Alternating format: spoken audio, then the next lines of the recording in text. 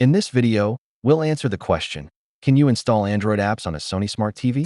The short answer, most Sony Smart TVs run on Google TV or Android TV OS. So yes, you can install many Android apps directly from the Google Play Store on your TV.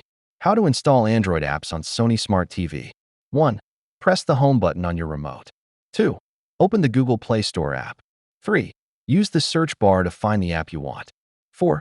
Select the app and click Install. 5. Once installed, you can open the app from your home screen. Limitations to keep in mind.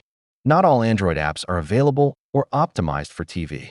Some apps might not work properly because they require touch controls or phone sensors. You can sideload apps, but it's more complicated and not officially supported. Alternatives. Use casting or screen mirroring from your phone to the TV. Use apps specifically designed for Android TV for the best experience. Thanks for watching. If this helped, hit the like button and subscribe for more smart TV tips.